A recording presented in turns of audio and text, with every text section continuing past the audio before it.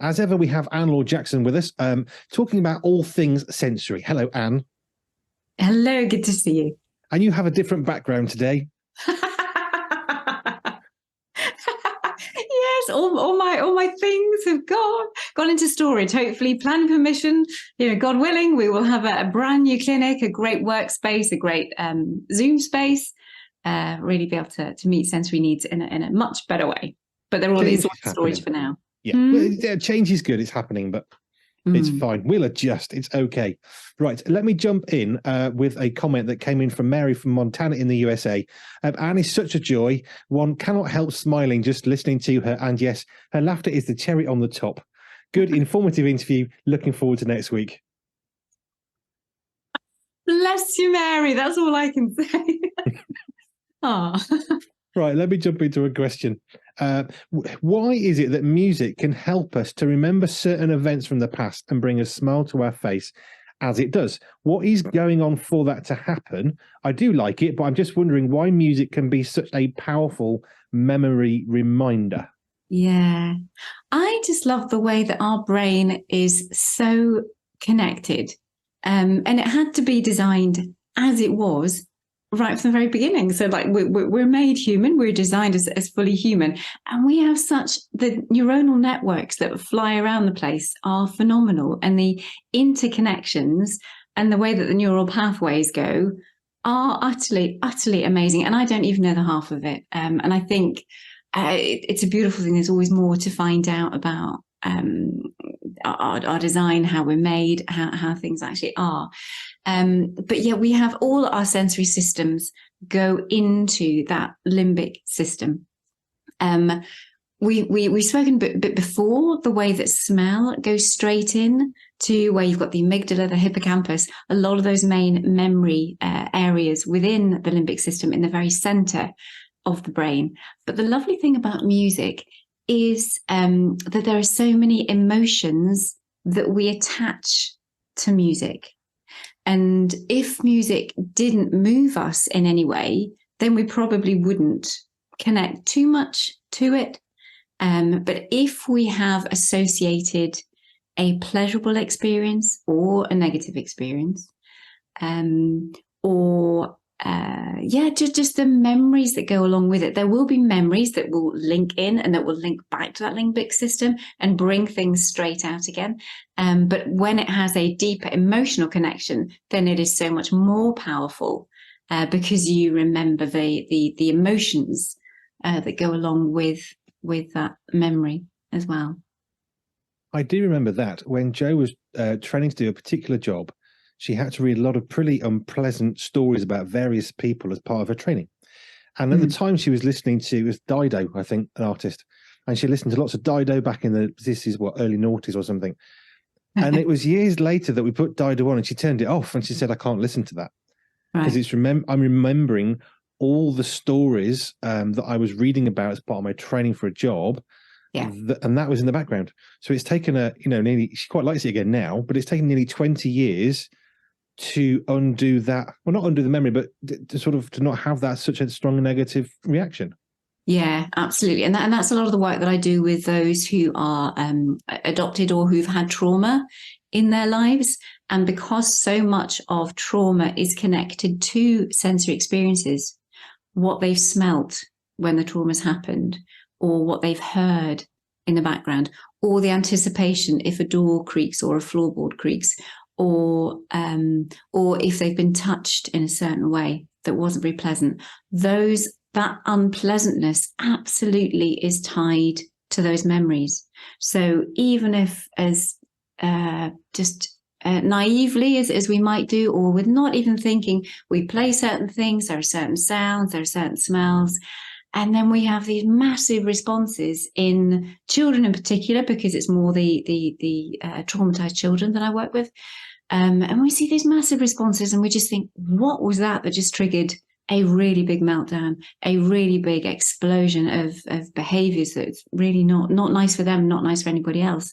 So we have to, and that's when we backtrack and we think, we know that the sensory processing, because it is so foundational, has so many memories attached to it and emotional memories, which makes them even more powerful, that we have to then look, when we see a behavior, it's like, okay, let's go back to those triggers where we can, because when even before a child has language, their body is processing all of that sensory information because it is there pre-birth and just after birth and continues through adulthood. So before they have language, they might not be able to put words together about what happened to them when they were little, but it will still be having an impact because it had a sensory impact on their being. And that's what the brain has remembered and held on to. So the lovely thing about therapy, like your wife went through, is that it can take time, but it is possible. We have the neuroplasticity. The brain is able to change. And if we do it beautifully, sensitively, really carefully, often as planned out as we possibly can do to try and make sure that we're protecting their systems as much as possible, in that transition from replacing negative emotion, negative memory, slowly over to positive. And then they are freer, much freer to go. And then those triggers, those sights, those sounds, those smells are not quite as awful and triggering as they were before. But it's a slow process. Yeah, often. I mean, for Jo, it's like 20 years sort of previous that she was not, the music was just in the background as she was studying, just to she had some background noise. And it just triggered it when we played Dido much later. Yeah. And now she's fine. But how would you work in terms of sensory? What is it you do for someone who's got a piece of music or a creaky door or there's some audible initiated memory? How do you undo that? Okay, so there's two main ways. The first, which is the bit that I love most because I'm a sensory integration trained therapist, is that we do lots of good proprioceptive, vestibular, get the system working really well. Get it as calm and regulated as possible so that those potential triggers are not so triggering in the first place. So that's where I would go to because it's not quite so... It's just nicer. It's just the way that I work. The other side, which is another effective way of doing it, is that if there was a piece of music, we would have it on a really, really potentially low level to begin with, but do something that they really, really enjoy doing so that we can pair and start to desensitize those associations, use those positive memories, those positive emotions, get them in a good place first. So whether it be if they're doing they really enjoy some baking, or they're trampolining, or they're doing an art project or something, then I would put that sound, if we were able to identify a trigger, put that sound, that smell, whatever, on a really low basis. So that although it's there, and the cognitive brain pays attention to it, we've still got a much higher proportion of good stuff in the system. We've got good feelings, we've got good neurochemicals. It's just that they're in a much better place. So it might impact them, but it shouldn't do it so much. And then the next time, we can get them in a good place, doing something that they're really happy with, and increase. So maybe the first time it was either really on a low level, or it was just literally on for one second, just to see just quite what a startle reaction or quite how it affected people's mood or their thinking processes or what it quite triggered. So if you started off doing it just a few seconds at a time, you'd increase the amount of time, or you'd have it at a lower level, and then over time would increase the volume and then just be really careful, very vigilant, and then stop it when not. And also giving that person control, if it's music, that they have the control to switch it off whenever they think that they're done. So when people have the control, then they are much more able. They will push themselves to tolerate things much better than we can judge from the outside. And if we give them the control, some people will just really want to press through it and be determined that it is not going to take them back to where they were. So yeah, give them the control, and they will tolerate things a lot longer than sometimes I might choose, because I'd be more sensitive, because I wouldn't want to be setting anybody off or disturbing anybody or dysregulating anybody. That reminds me of something I read a long time ago, 25 plus years ago. And it was about how to get the most out of office staff is to put a thermostat that they actually can control in an office. Because if you say, right, this is the temperature you're going to have, then some will be hot, some will be cold. But if you give them some control as a group of people, then actually they're happier, they're more content, then they're more peaceful. Therefore, they're actually able to achieve more without doing more because now they're not so distracted that they can't control the temperature. Is it the same sort of thing? Absolutely. Absolutely brilliant. Well done, that person that thought of doing that. Even though you've got different people that will go and maybe change the thermostat accordingly. The fact they've got a bit of control, they're then much more able to cope with it when it's not their place because they know actually were they bothered enough, they could go and change it. But most of us have a higher tolerance of things when we know that we can control something. It's when we feel completely powerless that that's when we can get a bit stressy. And that's where all of these feedback, give us your comments, what do you think, these surveys, hearing what people have to say, they're so good because they just release the kind of stress and the arousal levels in systems that just get built up because there is no outlet. It's kind of those little kettles that you have to take the lid off. It's got to boil over. You have to let off steam, literally. Yeah. I just realised that's where it comes from, isn't it, really? No, it's true. Yeah.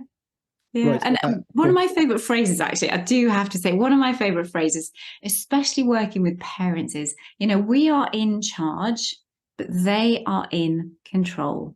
So, if nothing else, that's definitely, it's not quite going to be on my epitaph, but it's one of those things that are just like, a sign that we're in charge, whether you're a boss, actually, or whether you're a parent, or whether you're in school, or whether you're whatever, you are the one in charge. You have the responsibility, you have the authority, but each of the individuals within that, they need really to be in control. It's not meaning controlling, but in control of the things that affect their own sensory systems because they know themselves, really. That makes sense. I used to work in an office where two of the women were really, really cold. So they wrapped up, all the heating was just ridiculously hot. All the blokes were walking around literally sweating, dehydrating actually. And they were there. And it's like, could you not put a jumper on? Oh, no, we prefer a shirt. Yeah, but if you put a jumper on, then we won't, the rest of us, be literally dehydrating from sweating because it's so hot in it. Yeah. So it's that working together. But yeah, it's a desensitizing thing. Yeah. Yeah, but in communication, I think we're both big communicators. The importance, but that's it. You've got something there to open with a conversation. If you give people the freedom for choice, it's that that your choice is going to impact someone else's. It's like when people take up their rights are always going to affect somebody else's rights. So it's like, well, how do we then work together within that? But if you at least start off giving people the choice, then conversations can be had. Whereas if it's like no choice, this is how it is. There is no conversation, that there can't be conversation because there isn't that openness to pass on control to anybody else. It's being held by somebody. Cool. Who knew we were going to go there? Right. Okay. This is, I knit this from your Facebook page because you put a question out. One of our listeners asked you a question. Okay. I thought, okay, well, let's go here. So I think your question was, if there was a sensory topic you'd love to know more about that would help you, what would that be? That was the question that you asked. And then one of our listeners said, if you'd asked me, I would say I had sensory issues. Sorry, if you'd asked me if I had sensory issues, I would probably have said no. But having listened to your interviews on here, Pure 24/7 Radio, I'm starting to realize I am prone to some sensory overload in some certain situations. So in answer to your question, I guess it's just general awareness, helping people to understand the basics of how their senses work and to recognize the signs when senses are being overstimulated. Oh, do you know, I still have to go back and collate all of those things. That's really good. I'm going to have to go back and think, yeah, because I'm working on lots of things. We're revamping, we're merging this year. There's, rebranding. That the whole website is changing. So over the next few weeks, there's going to be lots of hopefully good things, and then into the next years to go.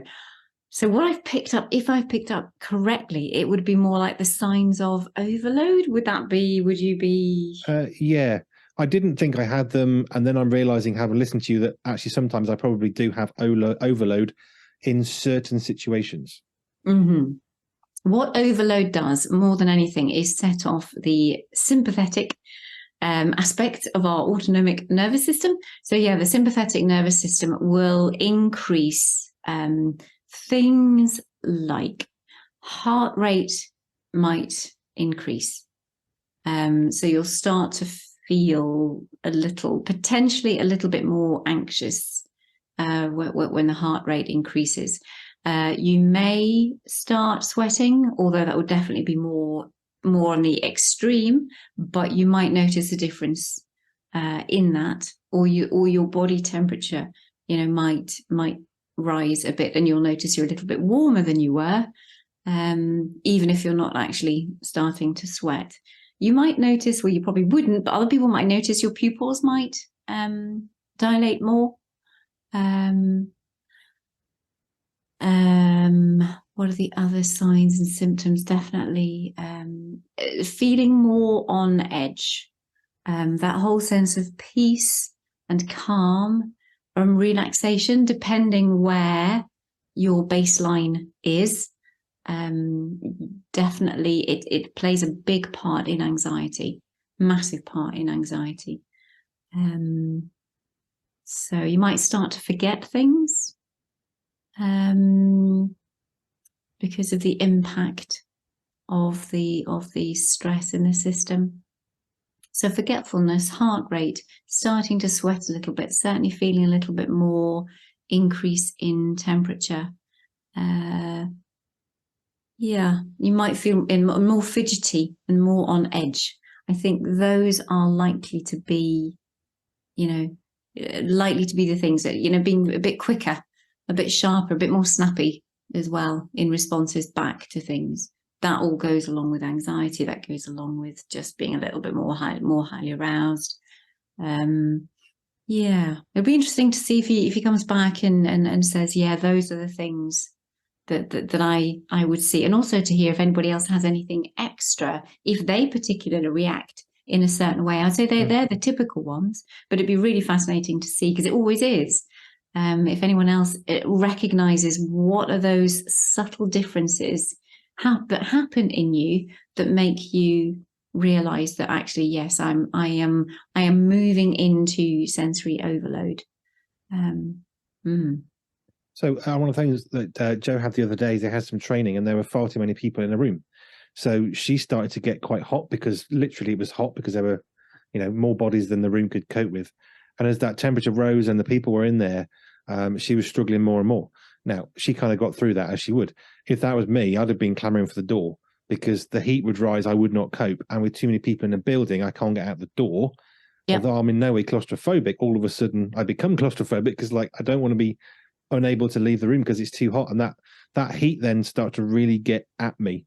Then I know that I would get aggravated, I would get quite agitated, and I'd have to leave the room, just for no other reason than there's too many people in too confined a space. But all of a sudden I become sort of partially, I suppose, claustrophobic, just because there's more people than should be there. Yeah, and that could be both a visual thing as well as other things, but also one of the lovely little the girls of the families that I was working with, one of her biggest things was heat. So it was always number one. If you felt that she was starting to go, or was getting a bit irritable, was going to head towards a meltdown, take off a layer, take off 2 layers, whatever was appropriate, take off as many layers as possible so that we could cool her down, because that was a biggie. And then you get the summer times where it's just so hot. So it's just like, right, okay, you need to bathe her in a cold bath before she goes to bed. These nights are too hot. But she's already got a very high level of tactile heat receptors processing going on. So we just need to cool her down, make sure we've got those towels at bedtime that are already wet, and that even are in a bucket of ice by her bedtime, so that mom and dad can at least get some sleep during those hot nights of the summer. So yeah, heat is a big one. I guess one of the things, I've learned loads in these few interviews we've already had, but I think my perception of some people of senses would be, well, it's not that big a deal. It's just the senses. What do you need to know about this stuff? But actually, what's coming out more and more is not just that the senses matter, and there's now 8. Well, eighth one of the group, isn't it?